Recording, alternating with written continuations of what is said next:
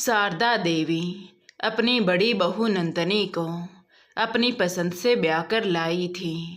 शुरू शुरू में दोनों का रिश्ता सास बहू का नहीं बल्कि माँ बेटी जैसा था।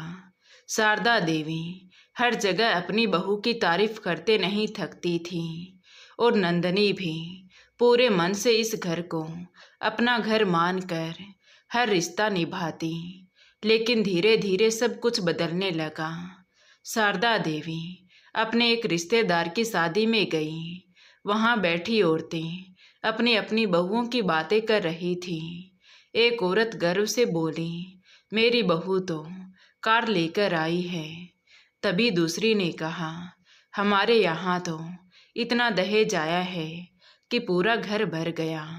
तभी किसी ने मुस्कुराकर शारदा जी से पूछा, अरे शारदा बहन, तुम्हारी बहू क्या लेकर आई थी?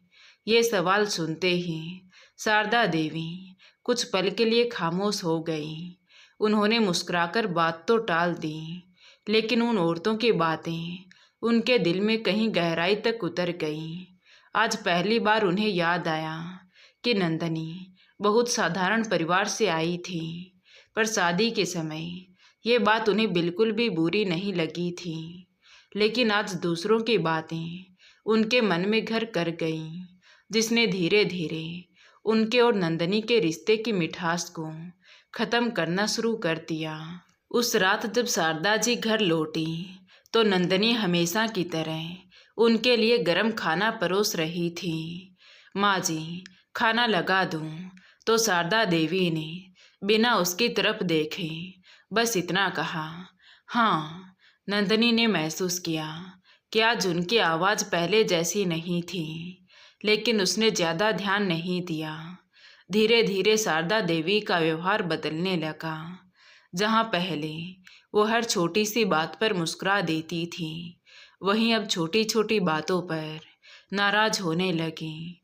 नंदनी समझ ही नहीं पा रही थी कि आखिर उससे गलती कहाँ हो रही है। एक दिन उसने हिम्मत करके पूछ ही लिया कि माँ जी, क्या मुझसे कोई भूल हो गई है?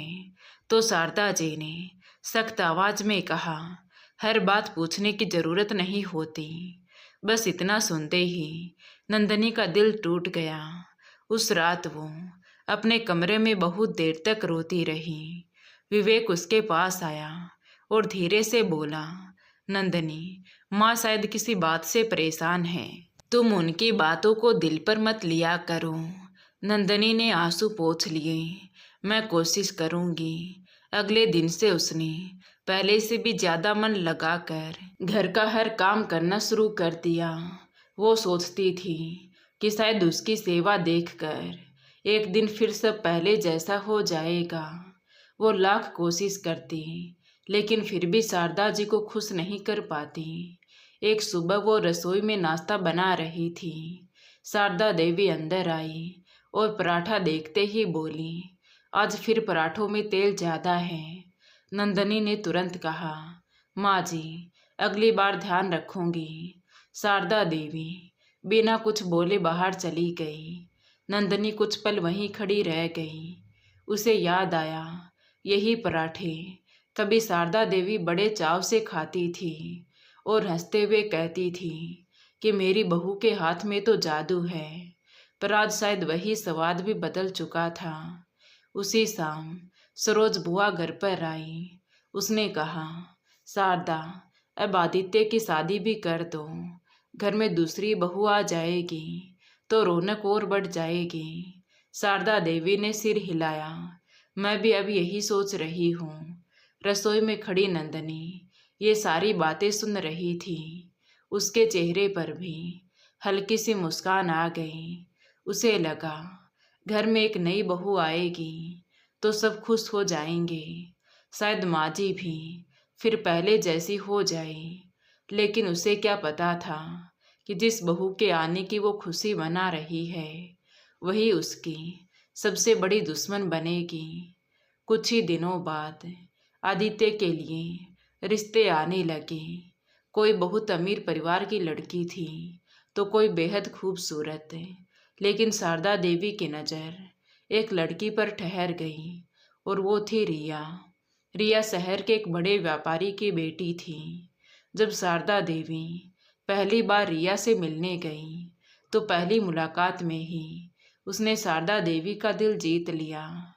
कुछ महीनों बाद आदित्य और रिया की शादी पूरे ठाठ बाट से हुई। दहेज में आए महंगे सामान को देखकर मोहल्ले वालों की आंखें खुली रह गई। एक औरत बोली, अरे कितना सारा सामान आया है।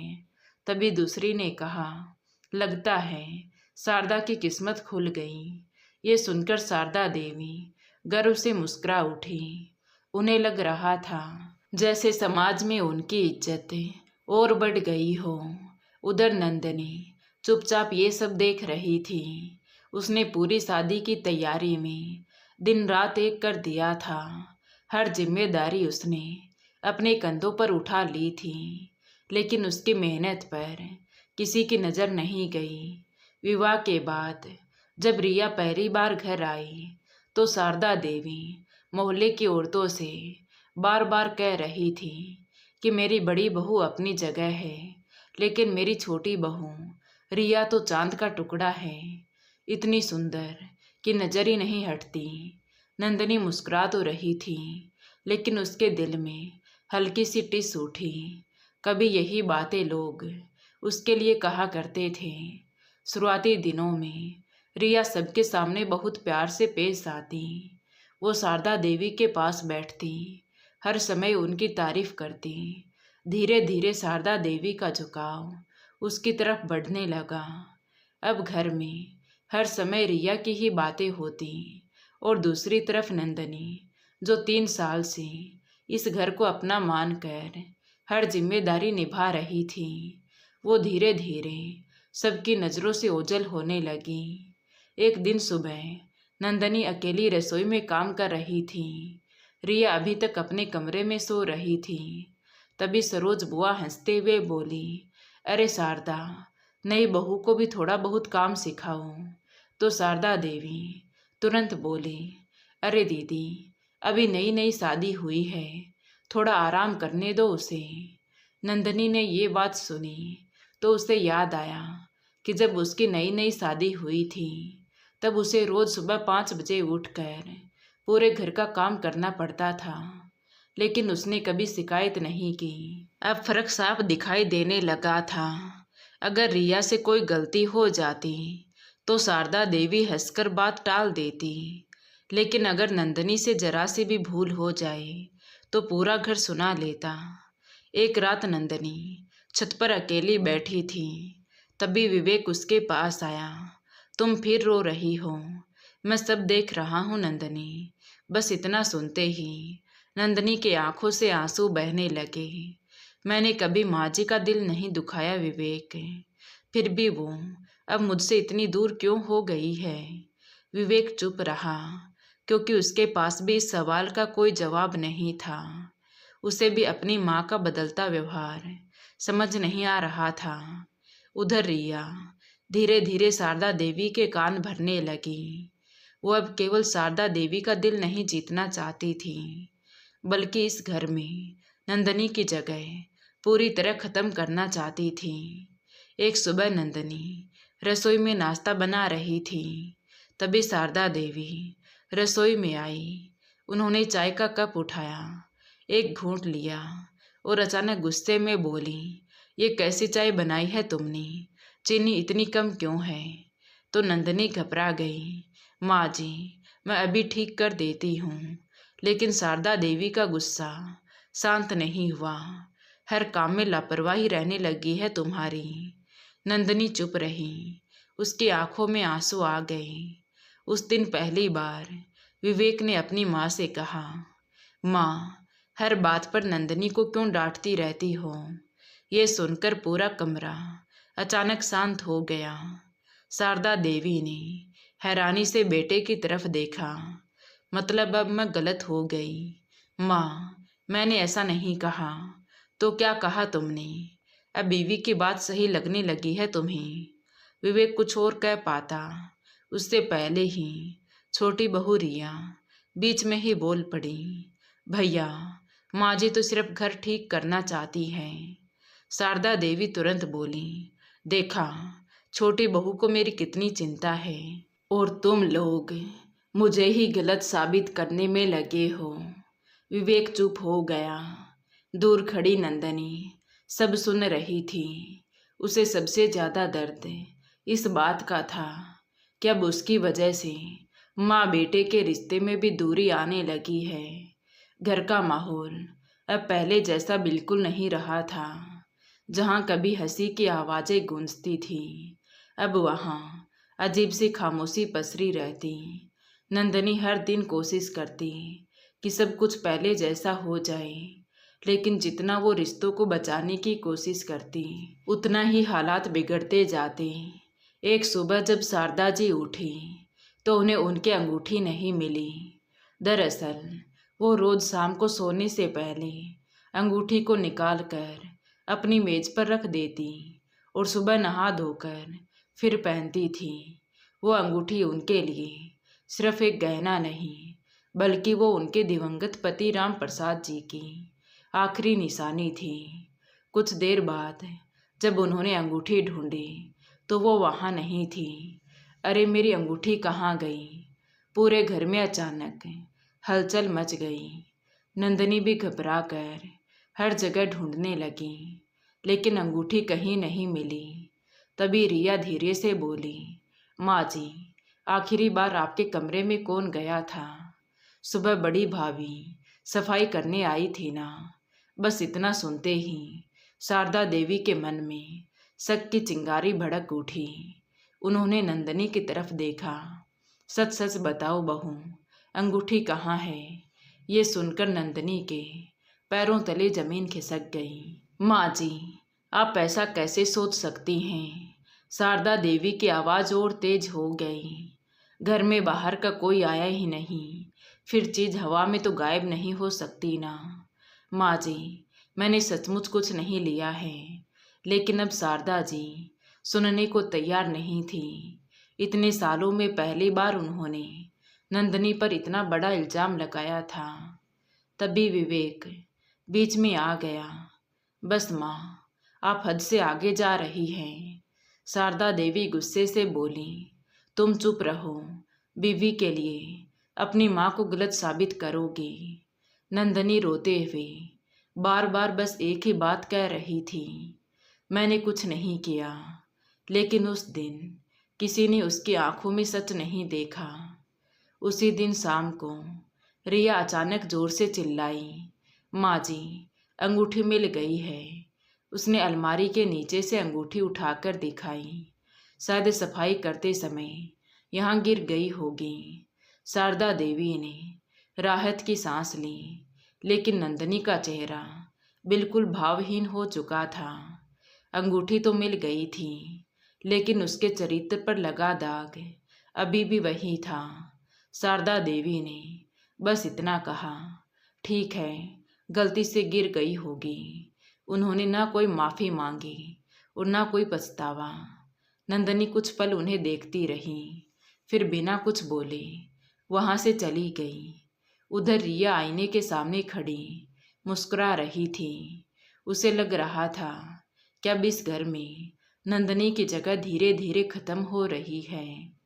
लेकिन उसे ये नहीं पता था कि हर झूठ का अंत एक दिन ज़रूर सामने आता है। अगले दिन सुबह विवेक और आदित्य ऑफिस चले गए।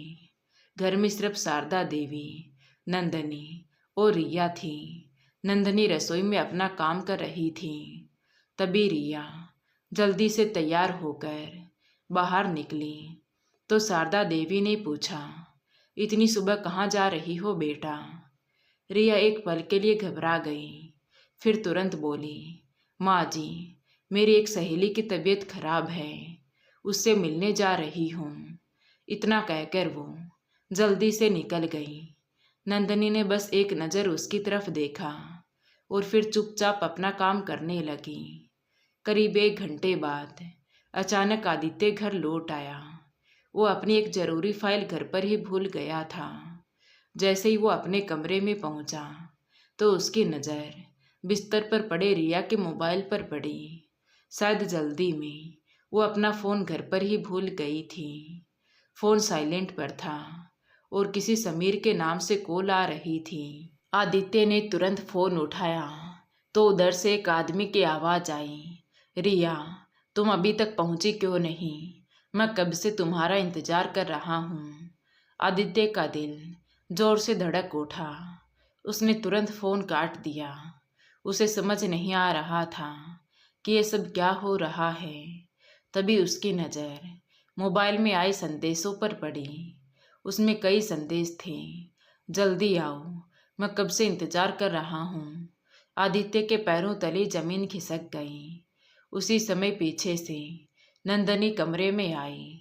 उसने आदित्य की हालत देखकर पूछा, क्या हुआ आदित्य? तो आदित्य की आंखें भर आई। भाभी मैं बर्बाद हो गया, कहते हुए उसने फ़ोन नंदनी की तरफ बढ़ा दिया। नंदनी ने संदेश पढ़े। कुछ पल के लिए वो भी बिल्कुल शांत रह गई। उसे समझ नहीं आ रहा था कि क्या कहे। जिस रिया को शारदा देवी इस घर की सबसे समझदार बहू मानती थी, उसका ये चेहरा किसी ने कभी सोचा भी नहीं था। उसने शांत स्वर में कहा, अभी कोई फैसला मत लो आदित्य, पहले पूरी सच्चाई सामने आने दो। दोपहर में रिया घर वापस लौटी। जैसे ही उसने आदित्य को घर में देखा तो उसका चेहरा एक पल के लिए उतर गया, लेकिन अगले ही पल उसने मुस्कुराते हुए पूछा, अरे आप आज इतनी जल्दी आ गए? आदित्य की आंखों में गुस्सा साफ झलक रहा था। उसने गुस्से में कहा, कौन है समीर? वो पहली बार इतनी ऊंची आवाज़ में चिल्लाया था। बाहर बैठी शारदा देवी घबरा गई। क्या हुआ? रिया ने एक पल में खुद को संभाला और अचानक रोने लगी। माँ जी देखिए ना, ये मुझ पर शक कर रहे हैं।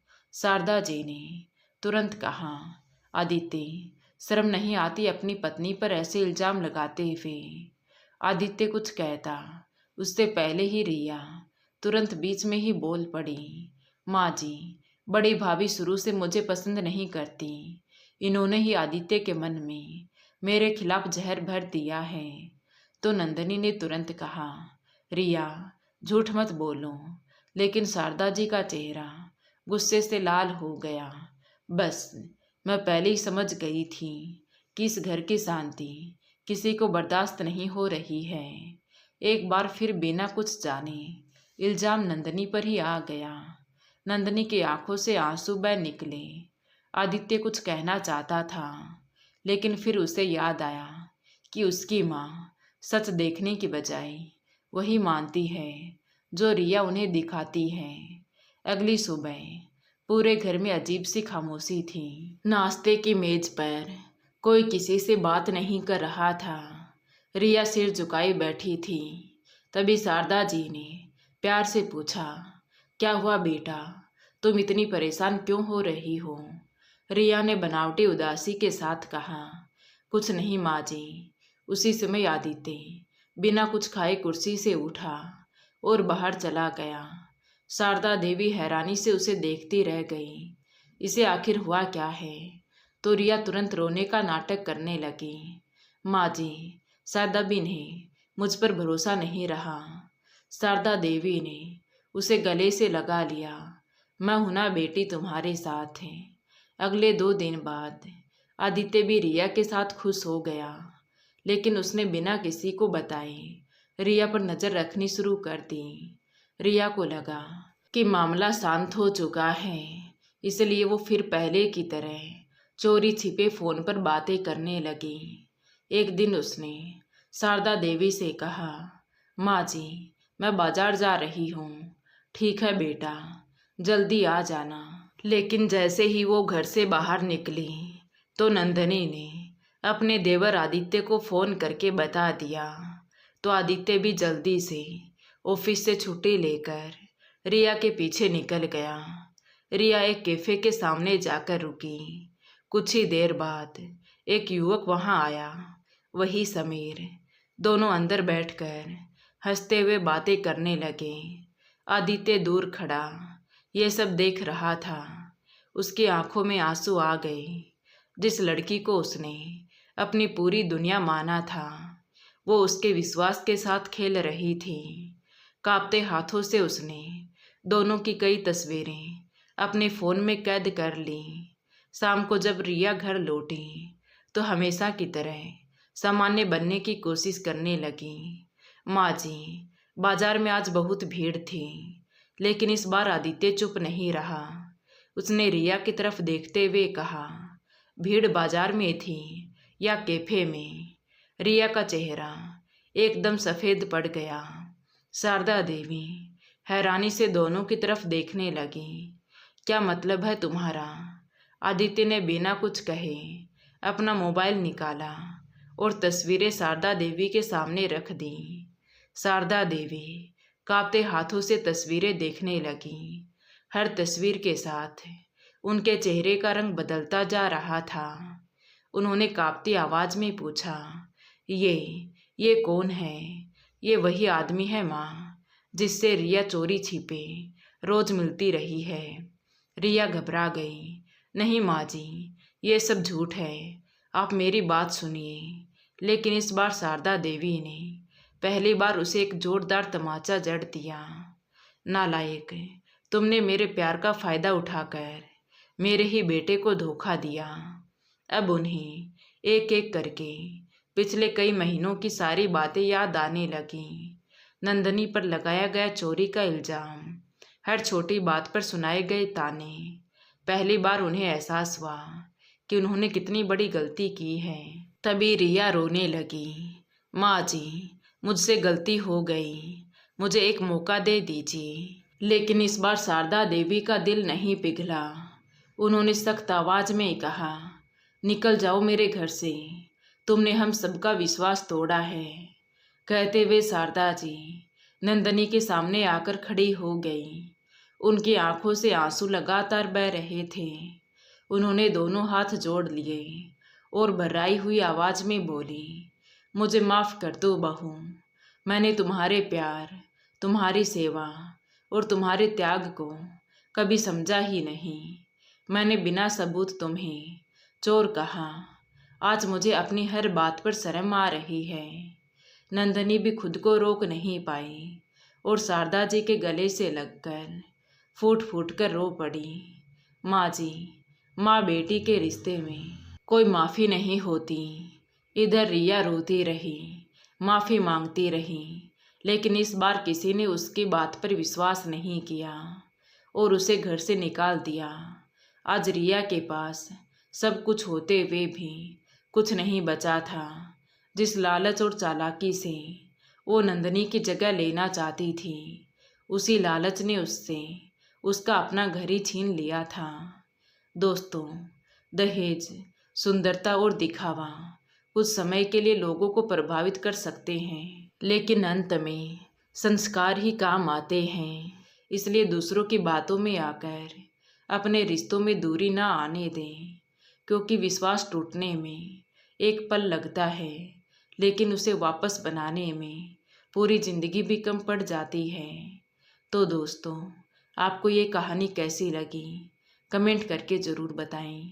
कहानी अच्छी लगी हो तो प्लीज़ वीडियो को लाइक करें, शेयर करें और हमारे चैनल कहानी विद देवांशी को सब्सक्राइब ज़रूर करें। Thank you.